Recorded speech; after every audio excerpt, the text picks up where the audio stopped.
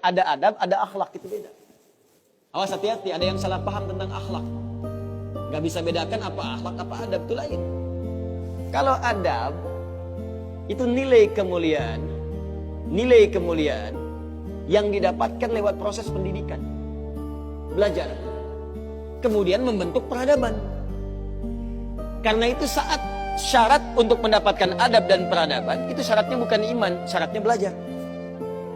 Makanya di Mesir ada peradaban dulu, peradaban Mesir, peradaban Mesopotamia, ya, peradaban Yunani. Apakah saat itu beriman semua? Belum tentu. Kalau dia mau belajar, dia bisa mendapatkan adab dan bisa membangun peradaban. Makanya banyak orang beradab di Jepang, banyak. Disiplin, ngantri betul, Pak. Jadi kalau benar-benar antum masuk ke tempat gak ngantri, ketahuan antum gak beradab.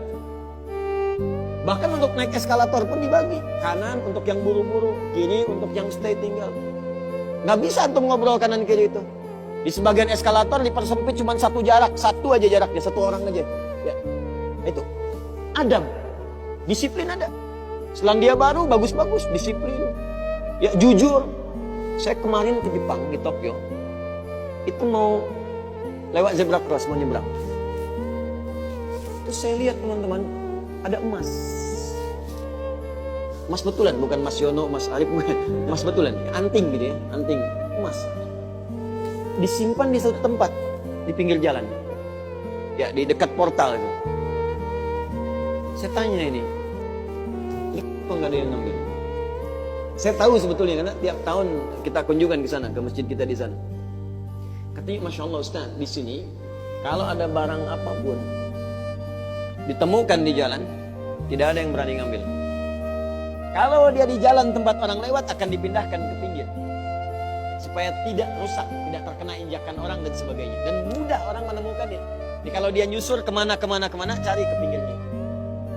Kalau kemungkinan dia bisa nyampaikan, dia cari petugas kepolisian terdekat, dia sampaikan supaya dicarikan siapa pemiliknya. Kalau bisa diantarkan. Itu adab namanya. Adab. Jadi kalau Anda ingin mendapatkan adab, ya, ukurannya tidak hanya negeri muslim, non-muslim pun bisa mendapatkan itu. Tapi akhlak beda. Akhlak itu nilai kemuliaan yang dihasilkan dari proses ibadah kepada Allah Subhanahu wa Ta'ala. Makanya ada orang beradab tapi belum tentu berakhlak. Nilai kemuliaan yang dihasilkan dari ibadah, dan itu fitrah kehidupan. Makanya kehidupan kita saat diciptakan, ya, prosesnya disebut kholak. Iqra bismi rabbikal ladzi khalaq, proses penciptaannya. Yang menciptakan disebut Khaliq. Quran surah tadi Quran surah 96 ayat 1, sekarang Quran surah 15 ayat 28. Wa idz qala rabbuka lil malaikati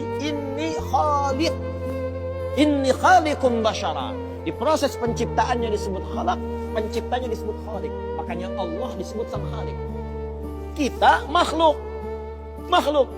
Bentuknya bisa jin, ya, bisa manusia, bisa hewan. Makanya saat disebutkan jin dan manusia menggunakan khalaq. Wa ma khalaqtul jinna wal insa illa liya'budun.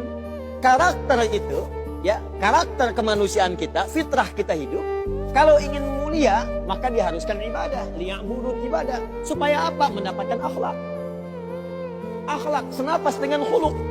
Kalau sudah terkumpul pada diri kita, berubah jadi khuluq. Itu yang disebut surat Al-Qalam ketika memuji Nabi SAW. Wa innaka la'ala khuluqin 'azim. Bagaimana Nabi mendapatkan khuluq? Ibadah, dengan meningkatkan takwa kepada Allah Subhanahu wa Ta'ala.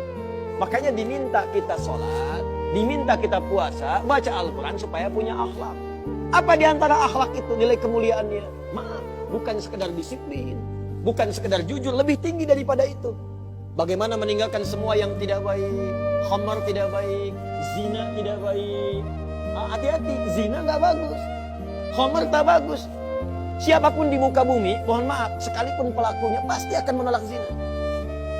Ya, pezina dengan pezina menikah, yang satu selingkuh dengan yang lain, pasti dia akan katakan kamu selingkuh, padahal dia zina juga.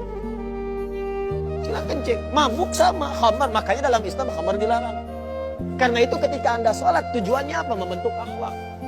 Apa diantaranya? Quran surah ke-29 ayat 45. Utlu ma uhiya ilaika minal kitab wa aqimis shalah innas sholata tanha anil fahsya'i wal munkar. Fahsya itu perilaku buruk dari syahwat. Ya, pornografi, porno aksi, zina, LGBT, transgender, macam-macam itu fahsya. Mungkar, keburukan yang diingkari oleh hati, sumbernya nafsu perut dan akal. Membunuh, merampok, korupsi, ya, berdusta, kolusi, macam-macam, mungkar. Ini sifatnya akhlak.